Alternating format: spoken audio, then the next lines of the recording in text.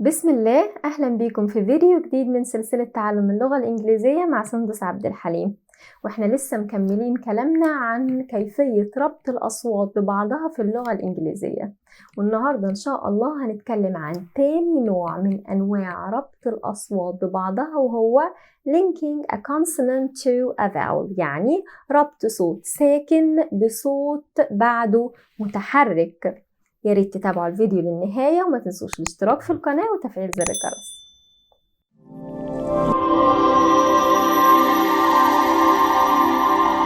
اتكلمنا في الفيديو اللي فات عن ربط الأصوات الساكنة ببعضها، وعرفنا القاعدة العامة وعرفنا الإكسبشن بتاعها، ويا ريت اللي ما تابعش الحلقة يشوفها بعد الفيديو. النهاردة هنتكلم عن تاني نوع زي ما اتفقنا، وهو ربط الكونسونانتس بالفاولز. يعني ايه؟ يعني لو كلمة منتهية بكونسونانت بصوت أو حرف ساكن، والكلمة اللي بعدها أو التي تليها بتبدأ بحرف أو صوت متحرك، زي مثلا hold on. hold on، انتظر. ما ينفعش أقول hold on، لا. A native speaker has to say hold on. hold on a minute، انتظر دقيقة. hold on. hold on. ال O in on مش باينة صريحة، مش واضحة. مش هقول hold on. hold on. hold on. Okay. Another example. trip over. trip over. trip over. تاني مش هينفع نقول trip over، لأ، لازم نقول trip over. trip over أو trip over في الأمريكان إنجليش. trip over British، trip over الآر المنطوقة في الأمريكان. again صوت ال O in over مش ظاهر، مش بنقول over. trip over. أوكي، بنبدأه على طول بعد ال P of trip. trip over. Okay. clean up. clean up. clean up. clean up. You have to clean up this. you have to clean up this. ينظف. طيب نشوف بعض الجمل ونحاول نستخرج الأصوات اللي ربطناها. مثلا ممكن أقول I ate an apple. I ate an apple. I ate، هل هنا في ربط؟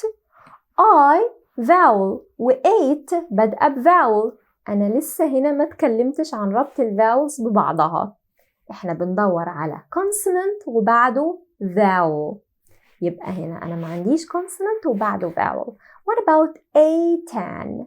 ate an، لا، هنا في consonant في نهاية ate and a vowel في بداية an. I ate an. I ate an. طيب an apple. again an منتهية ب n أو n consonant. apple starts with بدأ ب a vowel. an apple. I ate an apple. I ate an apple. I ate an apple. شايفين؟ ربطت الجملة بكل بساطة. بعد الكونسونانت لو عندي vowel أنطقه على طول مع الكونسونانت، ما وقفش I ate an apple. ربطت مرتين في الجملة دي بكل سهولة. طيب another example، ركزوا معايا وحاولوا تنطقوا معايا. Would you like a slice of cake? Would you like a slice of cake? Would you.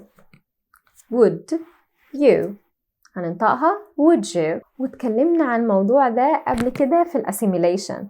would you. would you. would you تنطق would you بسرعة. would you like a slice of cake? would you like a slice of cake?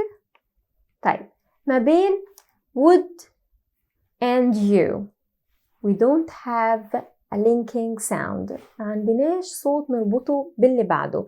would منتهية ب consonant و you بدأ ب y consonant. طيب What about like and a؟ أيوة like منتهية ب ك and a is a vowel. Would you like a? Would you like a? Okay. Would you like a slice of? Slice of. Slice of. Would you like a slice of cake? Like a slice of. ما قلناش slice of cake. Would you like a slice of cake? قولوا معايا please repeat after me. Would you like a slice of cake?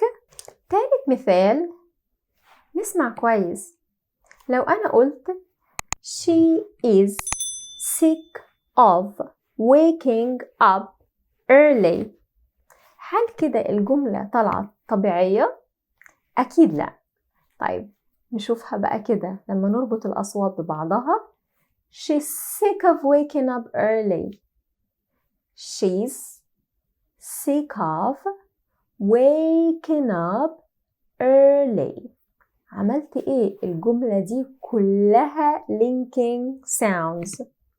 أول حاجة she's sick. She's sick. ايه ده؟ she's sick. ال-z of she's مش she's دي اختصار she is بنطقها she's. and sick بدأ ب s. she's sick. طيب the and س ايه اللي حصل؟ علشان تبقوا عارفين الز أخت الس هما ليهم نفس طريقة النطق وعلشان كده ممكن نربطهم ببعض. بس أنا ما حبيتش ألخبطكم في حلقة ربط الكونسونانتس بالموضوع ده علشان هو محير شوية، إنما بيجي مع التعود على النطق. مش محتاجين تعرفوا القاعدة. طالما عرفنا القاعدة الأساسية لربط الأصوات الساكنة هنقدر نعمل ديت ببساطة، بعدها تيجي تلقائي يعني مش هنحتاج نتعلمها. So she's sick ربطناها أوكي. طيب what about sick of؟ أكيد عرفنا sick نهايتها consonant of بتبتدي ب vowel يبقى sick of. sick of. she's sick of. she's sick of. waking up. waking آخرها في الكلام السريع بتنطق ن، يعني كأن الصوت حولناه لي ن. she's sick of waking up. waking up. waking up على طول مش waking up. waking up. she's sick of waking up early. she's sick of waking up early. ورابع مثال عن ربط الأصوات الساكنة بالأصوات المتحركة هو he ate a piece of toast. he ate a piece of toast. نقولها بسرعة. he ate a piece of toast. he ate a piece of toast. he ate a piece of toast. again قولوا معايا. he ate a piece of toast. toast مش toast. it's toast. piece of toast.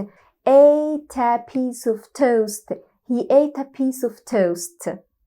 اوكي اعتقد كده الموضوع بقى سهل وبسيط جدا، والحمد لله قاعدة ربط الكونسونانتس بالفاولز ما فيهاش exceptions، هي كده بس. أرجو تكونوا عرفتم إزاي بنربط الأصوات الساكنة ببعضها والأصوات الساكنة بالأصوات المتحركة، وإن شاء الله مكملين مع ربط الأصوات المتحركة بالأصوات المتحركة. يا ريت ما تنسوش الاشتراك في القناة، لايك، شير، كومنتس، وأشوفكم إن شاء الله في فيديو جديد. شكراً.